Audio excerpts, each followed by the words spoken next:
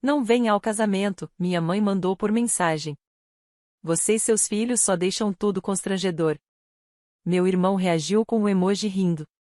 Respondi, então você não vai precisar do meu cartão para o local da cerimônia. O grupo continuou vibrando de risadas, totalmente inconsciente do que estava prestes a acontecer. Não lembro exatamente quando minha mãe parou de me tratar como filha e passou a me ver como uma conta bancária pessoal. Mas lembro perfeitamente o momento em que percebi que isso nunca mudaria. Era uma terça-feira qualquer. Eu estava na fila da farmácia, com meu filho mais novo doente em casa, segurando um antibiótico de $140 na mão, quando o celular vibrou com uma notificação do grupo da família. Abri achando que fosse alguma atualização sobre o casamento da Gena, o qual eu vim ajudando a organizar, financiar e sustentar emocionalmente nos últimos 6 meses. Mas não. Nenhum cumprimento, nenhuma explicação, nenhum aviso. Apenas, não venha ao casamento. Você e seus filhos só deixam tudo constrangedor. Meu polegar parou no meio da rolagem. Gena reagiu com um emoji rindo e depois outro.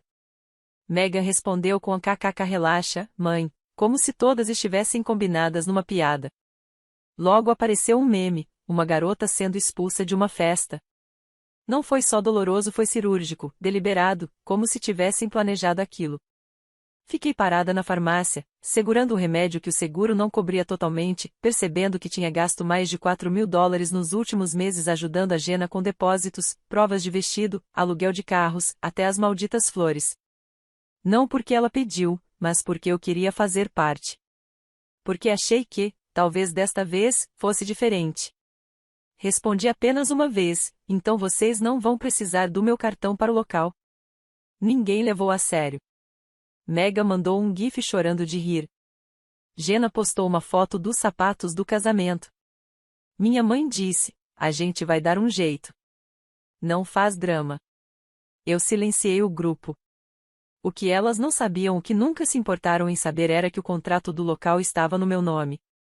O cartão usado para o depósito inicial de $3.000 era o meu. Elas nem foram à primeira reunião.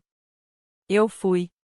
Tirei folga do trabalho para sentar com a coordenadora e revisar o cardápio e o cronograma, porque Gena estava muito estressada e minha mãe não queria atravessar a cidade. Na manhã seguinte, a coordenadora do local me ligou. Reconheci a voz antes mesmo que ela dissesse o nome. Oi, Chloe. Só queria confirmar uma coisa. Alguém do seu grupo tentou fazer o pagamento final, mas o cartão não passou. E como eu era titular do contrato, fiz uma pergunta simples: se eu quisesse cancelar o evento, poderia? Houve uma pausa. Depois, a coordenadora respondeu que sim. E parecia até entender o motivo. Cancelei na hora. E então fiz uma nova reserva, mesma data, mesmo horário, evento diferente. Uma renovação de votos íntima para minhas amigas Carla e Denise, 2 mulheres que conheço desde a faculdade e que fugiram para casar durante a pandemia, sem nunca terem tido a celebração que mereciam. Elas não acreditaram quando eu disse que pagaria tudo. Eu expliquei que precisava de um motivo para me sentir bem de novo. Elas choraram. No dia seguinte, perto do meio-dia, Megan mandou mensagem no grupo da família. Porque o local disse que a reserva foi cancelada. Logo em seguida, Gena entrou na conversa. O que está acontecendo? Mesmo assim, nenhuma das duas me mandou mensagem diretamente. Naquela noite, recebi um texto do meu padrasto, Rick. Sua mãe está surtando. Eu avisei que isso ia acontecer. Você fez demais por elas para ser tratada assim. Só quero que saiba que sinto muito. Estou do seu lado. Rick sempre foi um homem quieto, mas via tudo. Já o peguei mais de uma vez dando dinheiro de gasolina para Megan ou dizendo para minha mãe que talvez eu não devesse ser a única a pagar por tudo. Ele não é meu pai biológico, mas foi o único pai que eu realmente tive. O único que me ajudou na mudança depois do divórcio. O único que foi aos jogos de futebol do meu filho. O único que percebeu quando eu perdi 9 quilos de estresse no ano passado. Eu disse que ele não precisava se meter. Ele respondeu algo que me abalou. Se ela não começar a te tratar melhor, não sei se posso continuar nesse casamento. Já deu pra mim. Foi nesse momento que percebi que essa luta não era mais só minha. Eles achavam que eu ia agir como sempre, sorrir, deixar pra lá, escrever outro cheque. Mas não faziam ideia do que estava por vir. Pensavam que eu não faria nada. Não sabiam que eu já tinha feito. Na manhã de quinta-feira, o grupo ficou em silêncio. Quase cômico. 2 dias antes, estavam praticamente se engasgando de tanto rir, trocando gifs e piadas internas, falando de mim como se eu não estivesse no chat. Mas agora, nada. Nenhuma mensagem perguntando o que aconteceu. Ninguém assumindo o erro. Nem mesmo a Jenna, que era quem mais tinha a perder. Esperei. Não por vingança, pelo menos não no começo. Eu estava curiosa. Queria ver quanto tempo levariam fingindo que tudo estava bem. Elas sabiam que o casamento tinha sido cancelado. Tinham que saber. Jenna vinha stalkeando o Instagram do local há semanas. A cabeleireira dela seguia a página. A florista tinha marcado o perfil em um story. Não havia como ela não ter visto o anúncio público informando que um novo evento privado havia sido marcado para o dia 19 de outubro e que não seria mais o casamento dela. Mesmo assim, silêncio. A sexta-feira passou. Nada. Mas no sábado de manhã, finalmente, a primeira rachadura na encenação. Megan me mandou mensagem diretamente. Oi, pergunta aleatória: você sabe por que o local disse que nosso evento não está mais no calendário? A Jenna está surtando um pouco. Um pouco. Não respondi. Algumas horas depois, recebi uma ligação de um número desconhecido. Era o florista que a Jenna tinha contratado. Ele parecia confuso. Disse que alguém chamada Angela, minha mãe, tentou pagar a fatura final, mas o depósito não havia sido aprovado. Perguntou se eu ainda era o contato principal. Eu disse que não estava mais envolvida. E então bloqueei o número dela. No sábado à noite, a Jenna desabou. Mandou uma mensagem para mim, Megan e minha mãe em um novo grupo no WhatsApp chamado a reconstruir o plano, como se estivéssemos prestes a lançar uma operação militar. A primeira mensagem dela foi: cansei de joguinhos. Alguém me explica o que diabos está acontecendo com o meu casamento. Aí começaram as ligações. Ignorei todas. Só atendi quando minha mãe ligou para o telefone fixo, algo que ela não fazia há anos. Achei que devia ser sério. Ela nem tentou aliviar. Nenhum pedido de desculpas, nenhuma menção ao que tinha dito. Só acusações. Você sabotou o casamento da sua irmã. Como pôde ser tão mesquinha? Não respondi como ela esperava. Só fiz uma pergunta. Eu ainda estava convidada, afinal. Ela tentou inverter o jogo. Disse que tudo foi um mal-entendido. Que eu levei a mensagem dela ao pé da letra. Que estava estressada. Que quis dizer apenas que eu chegasse mais tarde, não que eu faltasse ao casamento. Depois culpou a Jenna, disse que era coisa de hormônios. E então me culpou, disse que eu estava dramatizando. Desliguei. Naquela noite, Rick me mandou mensagem. Você está bem? Só queria saber. Respondi com a verdade, não estava triste. Nem com raiva. Só sentia que tinha acabado. Como se algo dentro de mim tivesse desligado, e eu não quisesse mais ligar de novo. Ele perguntou se eu tinha tempo para um café na manhã seguinte. Nos encontramos num lugar tranquilo no centro. Ele parecia exausto. Disse que estava dormindo no quarto de hóspedes, que a casa tinha virado um circo. Minha mãe estava furiosa. Jenna, histérica. Megan tentava ser a pacificadora enquanto, pelas costas, me culpava. Então ele se inclinou e disse algo que eu nunca imaginei ouvir. Se sua mãe não mudar, não sei por quanto tempo ainda consigo continuar assim. Não me casei com ela para ver ela destruir a própria filha. Fiquei sem palavras. Rick nunca falava desse jeito. Sempre foi o pacificador, o cara discreto. Mas agora, ele estava irritado de verdade. Ele me contou que Jenna passou os últimos 2 dias ligando para todos os locais de evento no raio de 100 quilômetros. Tudo estava reservado. No fim, ela encontrou um salão de festas barato nos arredores da cidade, do tipo que cheira a lasanha congelada e tem cadeiras de plástico que rangem quando você senta. Não teve escolha a não ser aceitar. E a única data disponível? Uma quarta-feira, dali a 2 semanas. Eu ri. Não consegui evitar. Rick deu um leve sorriso. Então ele disse. Falei para ela que não ia pagar um centavo enquanto não pedisse desculpas. Ela respondeu que eu estava sendo manipulado por você. Perguntei o que ele respondeu. Ele deu de ombros e disse. Não, eu só estou finalmente prestando atenção. Na noite de domingo, a Jenna mudou a bio do Instagram. Não dizia mais o noiva de 19 de outubro. Agora estava escrito um quase casada ou com um emoji de coração. Rolei o feed dela. Metade dos fornecedores tinha sumido. A maquiadora cancelou. O fotógrafo já estava comprometido para a nova data. Elas fingiam que estava tudo bem. Eu poderia ter contado a verdade. Que nunca mais ficaria tudo bem. Que elas haviam passado de um limite que não podiam mais desfazer. Mas não disse nada. Elas ainda achavam que eu só estava magoada. Não sabiam que eu estava acabada. O novo local parecia saído de um panfleto de bingo de bairro. Jenna não postou fotos, mas eu vi. Mega marcou a conta errada quando subiu uma imagem borrada da entrada.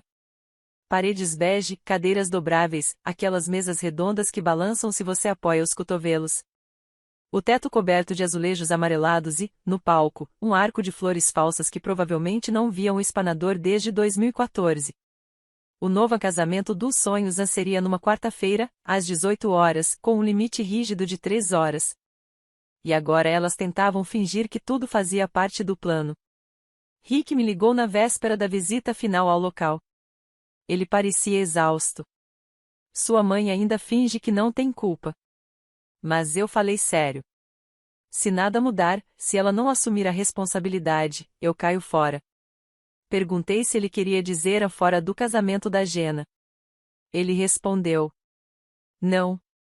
Fora do casamento nosso. Não falei muito. Só ouvi. Ele me contou há quanto tempo vinha observando tudo acontecer. Disse que antes achava que eram apenas feridas antigas entre mim e minha mãe, que talvez eu exagerasse. Mas depois do fiasco do local, ele começou a ver diferente. Viu quão rápido me cortaram quando deixei de ser útil. Contou que tentou conversar com a Jenna também. Não deu certo. Ela disse que eu era emocionalmente estável, que sempre passava dos limites, que estava tentando transformar o casamento dela em algo sobre mim desde o primeiro dia. Ele respondeu que ela era mimada. Jenna gritou, chamou-o de traidor. No fim da ligação, Rick disse que se sentia morando com estranhos. Na manhã seguinte, acordei com outra mensagem da minha mãe.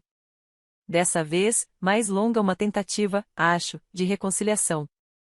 Ela disse que as coisas saíram do controle, que famílias brigam, e que eu devia ir ao novo casamento ou vamos apenas seguir em frente. Até falou que entenderiam se eu não quisesse mais contribuir financeiramente. Não respondi. Ao meio-dia, Mega me mandou mensagem em particular. Eles realmente querem que você vá? Estamos tentando evitar que tudo desabe. Foi aí que percebi o que aquilo realmente era. Não se tratava de mim. Era sobre controle. Eles não estavam me chamando por arrependimento, estavam em pânico. Estavam começando a enxergar o quão frágil era toda aquela estrutura quando eu não era quem carregava o peso. Respondi para Mega. Diz pra Jenna que ela vai ficar bem. Só precisa resolver as coisas do mesmo jeito que eu sempre tive que resolver. Então fiz algo que não fazia há meses, abri o aplicativo do banco e comecei a revisar todos os pagamentos automáticos. O aluguel do vestido de noiva que eu tinha adiantado para Mega. O carro alugado que a Jenna estava usando para levar as decorações também no meu nome. Agendei a devolução para a manhã seguinte. O plano de celular familiar compartilhado. Removi meu cartão e marquei o cancelamento do serviço pro fim da semana. Eles queriam independência. Pois bem, estavam prestes a consegui-la. 1 hora depois, Mega ligou chorando. Disse que a locadora de carros tinha ligado para ela, ameaçando guinchar o veículo se não fosse devolvido ou pago o saldo restante. Eu respondi que não era mais problema meu. Ela perguntou como eu podia fazer isso. Eu perguntei o mesmo. E desliguei. Naquela noite, Rick apareceu sem avisar. Trouxe uma caixinha com coisas que eu tinha deixado na casa deles, fotos antigas, alguns livros, um casaco que eu esqueci. Disse que queria me devolver antes que a situação piorasse ainda mais. Então ele me contou algo que eu não esperava. Tive que fazer um empréstimo. 15 mil. Só o suficiente para elas conseguirem bancar o casamento. Ele falou como se doesse e doía. Eu não disse que ele estava cometendo um erro. Sabia o motivo. Ele ainda tinha esperança de manter a família unida, mesmo enquanto ela desmoronava nas mãos dele. Antes de ir embora, entreguei a ele um envelope com $2.000. Ele piscou, achando que era brincadeira. Disse que era para ele para aliviar o empréstimo. Não queria que o dinheiro fosse para Jenna nem para Megan. Só não queria que ele sofresse por causa do caos delas. Ele não disse muita coisa. Apenas assentiu, segurou o envelope e parecia mais cansado do que eu já o tinha visto. E antes de entrar no carro, disse uma última frase. Eu ainda te considero minha filha. Só para você saber. Quando ele saiu da garagem, senti algo que não sentia havia semanas. Nem tristeza, nem culpa, paz. O casamento aconteceu na quarta-feira à noite, um dia nublado e pesado. Choveu por volta das 4 da tarde, só o suficiente para deixar todo mundo encharcado e irritado, antes de parar, mas o céu continuou cinzento e denso. Eu não estava lá. Mas vi tudo. Não porque eu quisesse, mas porque as pessoas me mandaram. Amigos, primos distantes, até um dos fornecedores que me seguia desde o início do planejamento. Todos pareciam discretamente confusos, tentando entender por que eu não estava lá. Alguns acharam que eu estava doente. Outros, que eu devia estar viajando. Mas eu sabia o que realmente queriam saber. O que aconteceu? Eu não respondi. Deixei as fotos e os stories chegarem como um vazamento lento. O local era pior do que eu imaginava. Uma sala comprida, com piso de azulejo daqueles que se limpa com rodo e pano. Metade dos convidados chegou atrasada por causa do horário. Um terço nem apareceu. A iluminação era fluorescente. O bolo derreteu. Ninguém levou caixa de som reserva, então a música vivia cortando. Não havia mestre de cerimônia, só a Megan tentando gritar por cima do barulho e bater palmas para indicar quando dançar. Mas a melhor parte. O lançamento do buquê acabou em segundos. Uma ex-amiga da Jenna que nem tinha sido convidada, mas apareceu com outro convidado, pegou o buquê e gritou. Que pena que o noivo ainda me manda mensagem. Sim. Isso realmente aconteceu. Parece que causou um escândalo. Jenna saiu correndo pro banheiro. A música parou. Alguns riram. Outros tentaram disfarçar. Mas o estrago já estava feito. Mais tarde, Rick me mandou mensagem. Foi um desastre. Só achei que você devia saber. Não respondi de imediato. Esperei até a manhã seguinte. E só escrevi. Você tentou. Isso já é mais do que eles mereciam. Ele me ligou depois. Disse que Jenna estava em negação. Minha mãe insistia que tinha sido apenas azar, que a chuva estragou o clima, que as pessoas tinham inveja da autoconfiança da Jenna. Ele soava cansado de novo, mas havia algo diferente em sua voz. Então me contou algo que eu nunca tinha ouvido antes. Depois do escândalo com a ex-amiga, Jenna e minha mãe o chamaram para a cozinha do salão e o culparam. Disseram que ele tinha convidado as pessoas erradas. Que era culpa dele por não controlar a lista, por não ter pago mais, por não ter feito a parte dele. Foi aí que ele perdeu a paciência. Vocês não podem me culpar pelo casamento. Foram vocês que se destruíram. Expulsaram a única pessoa que mantinha tudo de pé. A Chloe fez mais do que qualquer uma de vocês e vocês queimaram essa ponte à toa. Ele disse que a expressão da Jenna ficou vazia, como se ela não entendesse o que ele quis dizer. Como se não conseguisse aceitar que eu estava fora e mesmo assim tudo desabou. Mas minha mãe? Ela ficou em silêncio. Não disse nada. Apenas se virou e foi embora. Rick foi embora naquela noite antes mesmo da limpeza.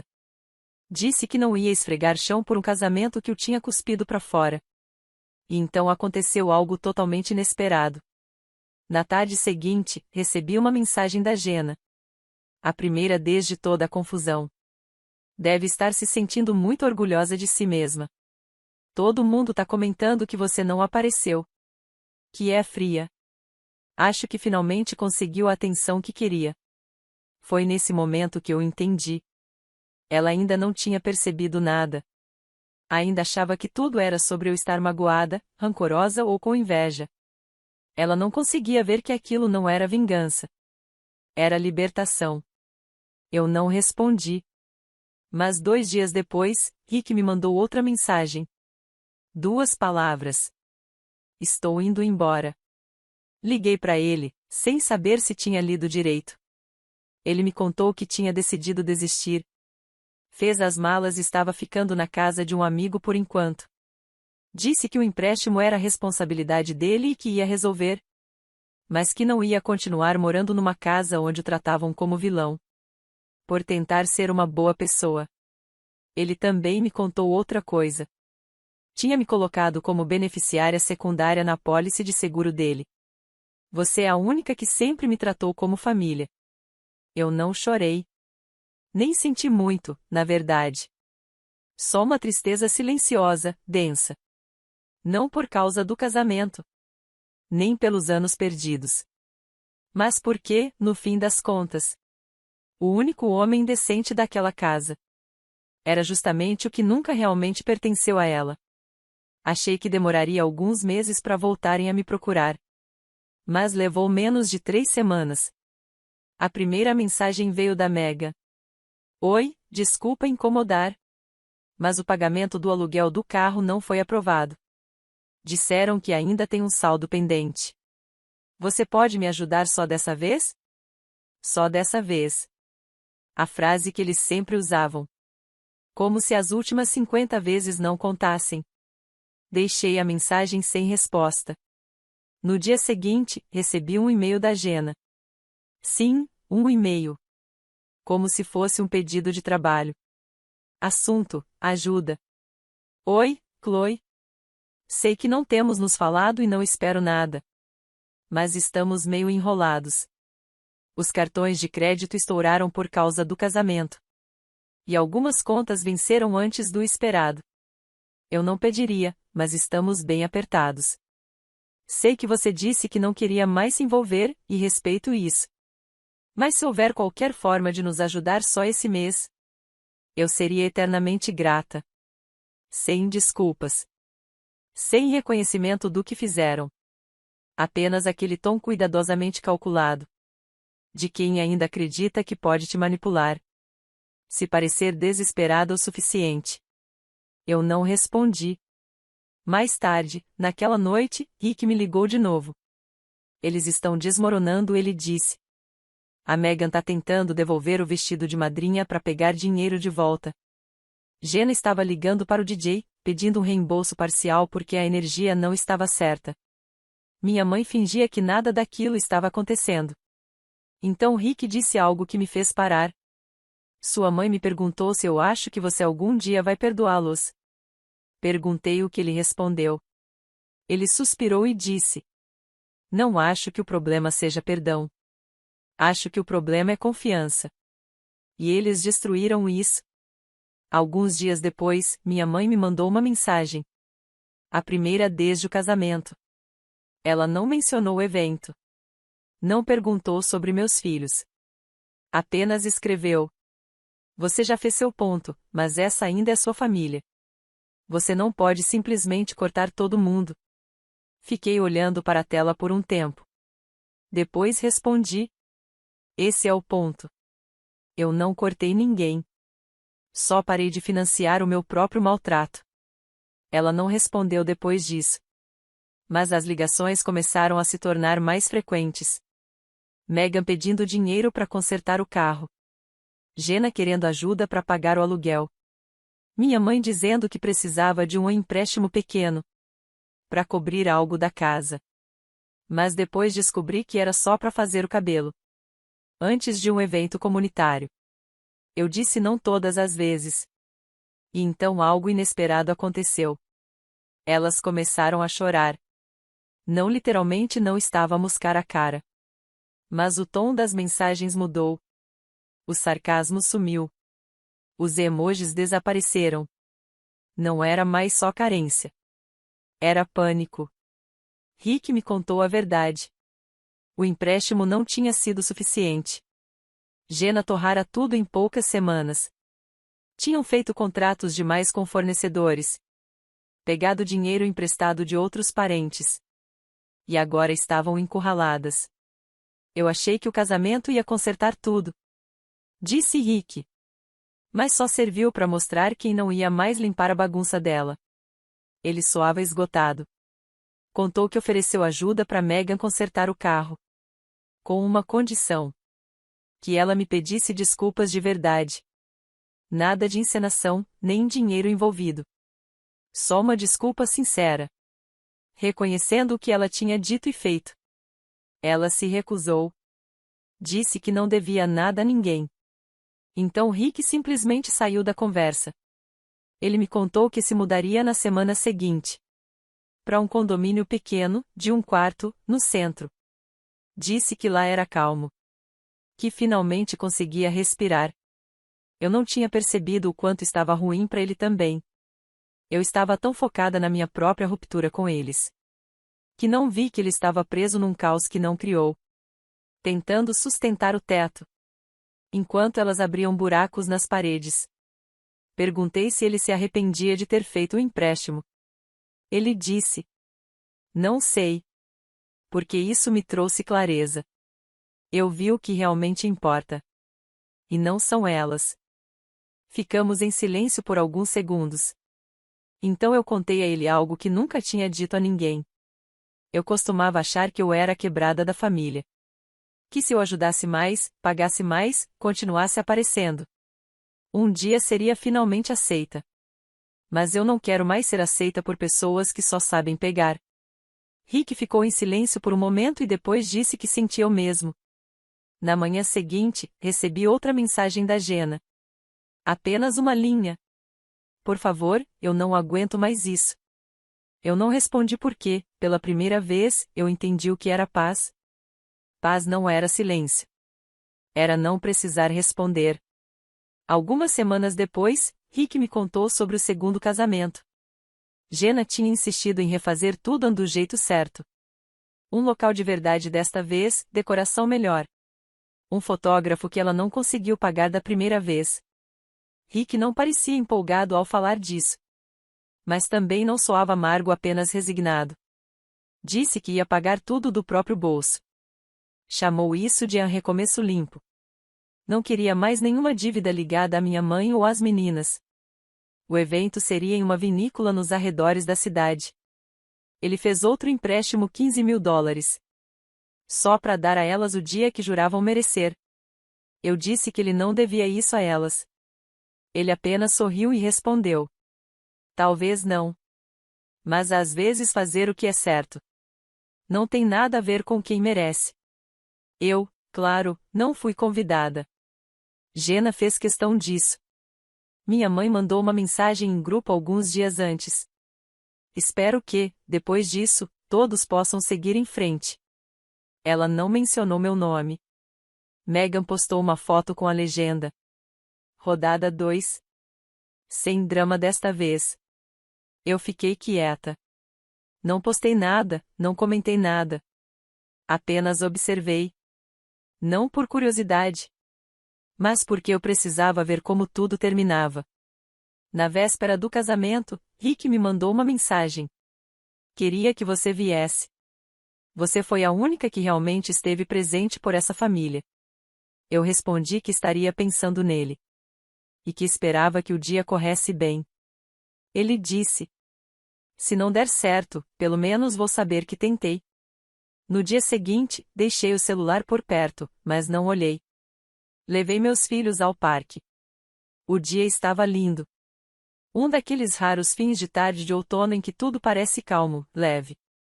Quando voltamos para casa, vi uma chamada perdida de Rick. E algumas fotos nas mensagens. O casamento, aparentemente, tinha corrido bem. As fotos pareciam quase normais. todo sorrindo. Mas com aquele sorriso forçado e educado. Sem risadas, sem calor. Apenas felicidade encenada sob as luzes suaves da vinícola. Abaixo das fotos, havia uma mensagem dele. Acabou. Estou livre. E eu entendi. Ele não queria dizer livre do evento. Queria dizer livre delas. Rick já tinha feito as malas. Disse para minha mãe que estava tudo terminado assim que chegaram em casa. E ela nem tentou impedi-lo. Ela apenas ficou me olhando, como se não entendesse o que estava acontecendo. Megan começou a chorar. Jenna saiu furiosa, batendo a porta, mas Rick não ficou para ver o resto.